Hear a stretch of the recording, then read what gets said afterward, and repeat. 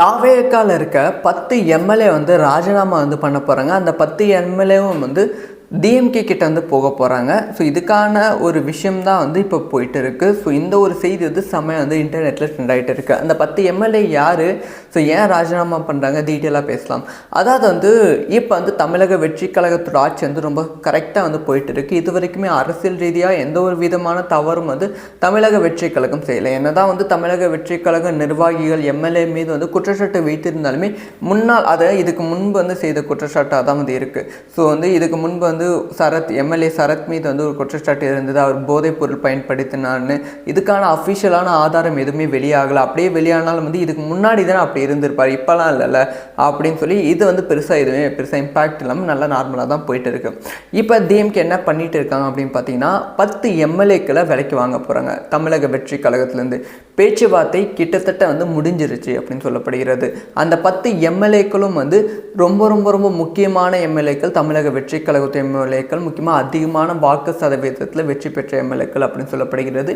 இதில் வந்து 3 to 4 எம்எல்ஏக்கள் வந்து சென்னையில் இருக்கிற எம்எல்ஏஸ் அப்படின்னு சொல்லப்படுகிறது. 16 தொகுதியில் வந்து சென்னையில் வந்து தமிழக வெற்றி கழகம் வெற்றி பெற்றது. அந்த 16 தொகுதியிலேருந்து 3 to 4 எம்எல்ஏக்களை வந்து தூக்க போகிறாங்க. ஸோ எப்படி தூக்க போகிறாங்க அப்படின்னு பார்த்தீங்கன்னா 25 to 30 கோடி ரூபாய்க்கு ஒரு எம்எல்ஏ வந்து விலை பேசியிருக்காங்க. ஸோ இதனால் வந்து தமிழக வெற்றி கழகத்தோட 10 எம்எல்ஏ வந்து ராஜினாமா செய்வதற்கான வாய்ப்புகள் இருக்குது. ஸோ இதை வந்து டிஎம்கே மட்டும் பண்ணுதான் கேட்டால் டிஎம்கே மட்டும் பண்ணல, தமிழக வெற்றி கழகம் பண்ணிட்டு இருக்கு.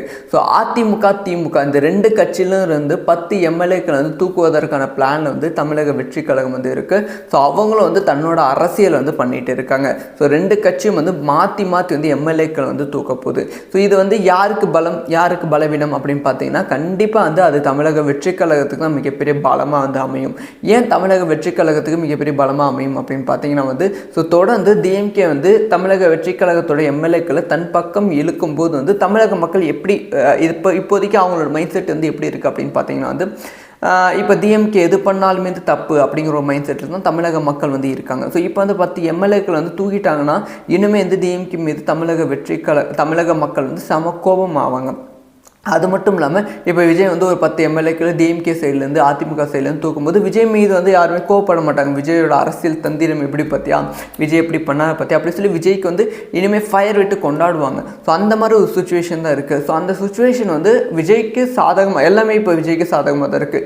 விஜய்க்கு சாதகமாக இருந்து கொஞ்சம் வந்து இந்த சைடு வரும்போது தான் இந்த ஸ்டெப்லாம் வந்து டிஎம்கே பண்ணணும். ஆனால் இப்போ ரொம்ப அவசரப்பட்டு பண்ணிட்டு இருப்பதால் வந்து என்ன நடக்க போகுது தமிழ்நாட்டில் அடுத்தடுத்த இடைத்தேர்தலில் அப்படிங்கிற விஷயம் வந்து உங்களுக்கே வந்து தெரிஞ்சிடும்.